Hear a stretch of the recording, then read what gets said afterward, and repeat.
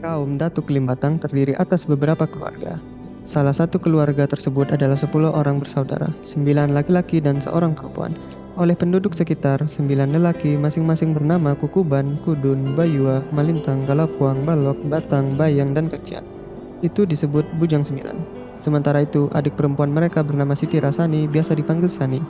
Malam itu, mereka duduk mengelilingi ibunya yang sedang terbaring sakit. Sebelum maut menjemput, Amak minta kalian mau berjanji. Kalian harus hidup rukun. Kukuban, anakku, sebagai anak tertua, Amak minta engkau dapat menjaga adik-adikmu. Iya, Mak. Saya berjanji akan menjaga adik-adikku. Si bungsu Sani, adik perempuan kalian satu-satunya itu, janganlah kalian sia-siakan. Baik, Mak. Kami akan menyayangi Siti Rasani sepenuh hati.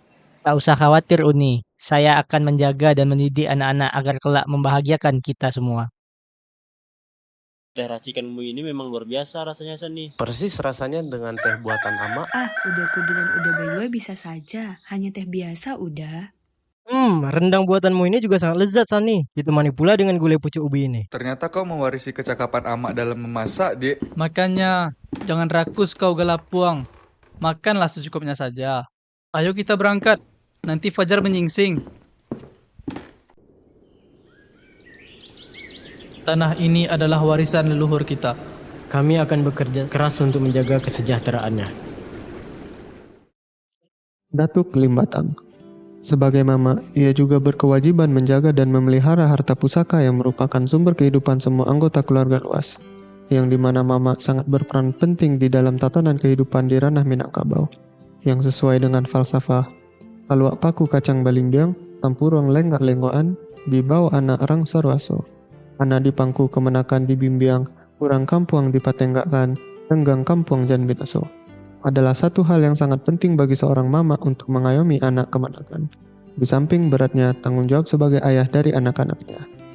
Dengan berjalannya fungsi mama di dalam satu negeri, maka dampak kehidupan sosial dan lain-lain secara komprehensif akan berdampak baik kepada satu negeri tersebut.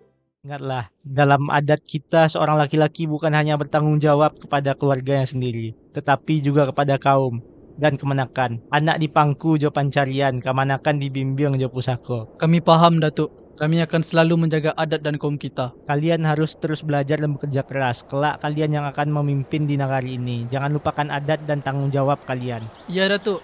Kami akan selalu mengingat wejanganmu. Musim panen tiba, penduduk kampung bersukaria. Seperti biasanya, sebagai bentuk rasa syukur mereka menggelar perhelatan. Pemuka adat dan seluruh penduduk kampung bersepakat mengadakan berbagai atraksi dan lomba.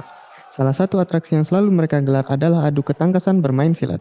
Seperti tahun-tahun sebelumnya, para pemuda kampung menyambut gembira atraksi itu.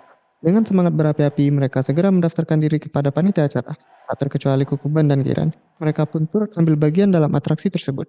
Giran, lawan aku kalau berani. Baiklah, dah. Bersiap-siaplah menerima seranganku ini. Aduh, sakit. Sakit. Kakiku. Maafkan Giran, dah. Giran hanya menangkis serangan Uda tadi. Sungguh, saya tidak pernah bermaksud mencederai Uda. Awas kau, Giran. Tunggu pembalasanku nanti. Assalamualaikum. Waalaikumsalam. Bagaimana kabar kau, nak? Ceria sekali engku lihat. Sehat engku? Secara tidak sengaja, Siti Rasani berpandangan dengan Giran. Ternyata dua insan itu telah sama-sama menaruh hati. 2 bulan silam, Giran mengajak Siti Rasani untuk bertemu di sebuah ladang di pinggir sungai. Ladang Giran memang berdangau. Dangau itu terletak persis di pinggir sungai. Di sana, Giran dengan hati berdebar mengungkapkan perasaannya kepada Siti Rasani. Sudah lama merendam selasih, barulah kini mau mengembang. Sudah lama ku pendam kasih, barulah kini bertemu pandang. Telah lama orang menekat, membuat baju kebaya lebar. Sudah lama udah terpikat, hendak bertemu dada berdebar. Di Sani, wajahmu cantik lagi elok. Berperangai baik pun, berhati lembut. Maukah engkau menjadi kekasih Uda? Buah nangka dan masih muda, sedap sekali dibuat sayur. Sudah lama ku nanti Uda, barulah kini dapat menegur. Jika roboh kota Melaka, papan di Jawa saya tegakkan. Jika sungguh Uda berkata, badan dan nyawa saya serahkan. Sejak menjalin hubungan dengan Siti Rasani, Giran sering berkunjung ke rumah Bujang 9.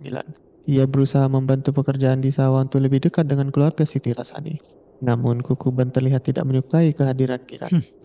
Tak seharusnya engkau membantu kami di sini. Kenapa dah? Sudahlah. Maaf Bujang 9. Maksud kedatangan kami kemari ingin mempererat hubungan keluarga kita. Kami bermaksud menikahkan Giran dengan adik bungsu kalian Siti Rasani. Betul engku. Bukankah hubungan kekeluargaan kita selama ini baik-baik saja? Iya engku. Apa yang membuat engku berpikir kita perlu mempererat hubungan lagi? Memang benar nak, hubungan kita baik, tetapi Giran dan Siti Rasani sudah seperti pindang pulang ke tampuknya. Kami ingin hubungan ini lebih bermakna dengan pernikahan mereka. Tidak. Aku tidak setuju. Giran tidak pantas menjadi suami Siti Rasani. Kenapa nak? Adakah tindakan Giran yang menyinggungmu? Dia mempermalukanku di depan umum. Masih ingat pertandingan silat? Kaki kiriku patah karena ulahnya. Nah, itu adalah bagian dari pertandingan. Bukankah saat itu kau menyerang lebih dulu? Giran hanya menangkis. Terserah engku. Tapi aku tidak akan mengizinkan pernikahan ini. Baiklah nak, kami tidak akan memaksakan keputusan ini. Namun kami harap suatu hari nanti kau bisa berubah pikiran. Apa yang harus kita lakukan, Dik? Entahlah dah. Saya juga tidak tahu harus berbuat apa. Semua keputusan dalam keluarga saya ada di tangan Uda Kukuban. Sementara dia sangat benci dan dendam kepada Uda. Aduh, sarungku. Wah, sepertinya kakimu tergores duri. Duduklah, Dik. Udah akan mengobati lukamu itu. Momen itu terlihat penuh perhatian, namun tiba-tiba suasana berubah tegang saat Kukuban dan beberapa warga muncul dari balik pepohonan. Di sini rupanya kalian. Tangkap mereka. Kita bawa mereka ke sidang adat. Ampun, Uda. Kami tidak melakukan apa-apa. Saya hanya terluka dan Uda Giran sedang mengobati saya. Benar, Uda. Saya hanya membantu Sani yang terkena duri. Bohong. Aku melihat sendiri kau mengusap-usap kaki adikku. Betul. Kalian telah melakukan perbuatan terlarang. Kalian harus dibawa ke sidang adat untuk diadili.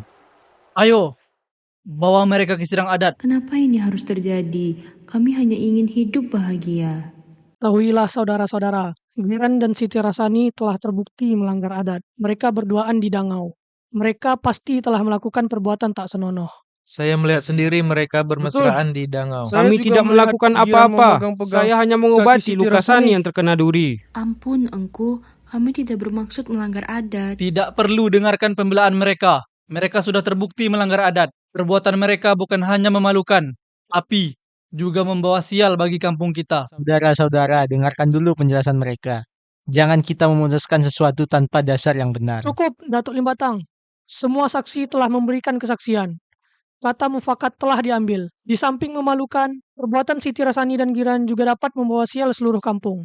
Oleh karena itu, agar kampung kita terhindar dari malapetaka, keduanya harus dibuang ke kawah Gunung Tinjau. Sani, Giran, kalian diberi kesempatan untuk mengatakan sesuatu. Wahai saudara-saudaraku, ketahuilah, kami sungguh tidak melakukan perbuatan terlarang apapun. Ya Tuhan, mohon dengar dan kabulkan doa kami. Jika kami memang benar-benar bersalah, hancurkanlah tubuh kami di kawah gunung ini. Akan tetapi, jika kami tidak bersalah, letuskanlah gunung ini dan kutuk Bujang 9 menjadi ikan. Doa Giran yang penuh keyakinan menggema di tengah kerumunan. Sesaat setelah doa tersebut, bumi mulai bergetar. Suara gemuruh terdengar dari dalam kawah. Semakin lama semakin keras. Warga mulai panik dan saling berpegangan. Gunung Tinjau tiba-tiba bergetar hebat. Dari dalam kawah, semburan lahar panas melesat ke udara, disertai dengan letusan yang dahsyat. Tubuh gunung perlahan melayang ke atas, lalu terhempas kembali ke bumi. Bujang 9, mereka diikut menjadi ikan rayo, dengan tubuh besar berpunggung biru dan berdada merah. Sunggut mereka memanjang melempai saat tubuh mereka tenggelam ke dalam air yang mulai mengisi kawah. Warga yang mendukung Bujang 9 juga menerima kutukan. Mereka berubah menjadi ikan rinuak yang kecil seperti ikan teri, menghuni danau meninjau dan menjadi sumber kehidupan bagi generasi mendatang.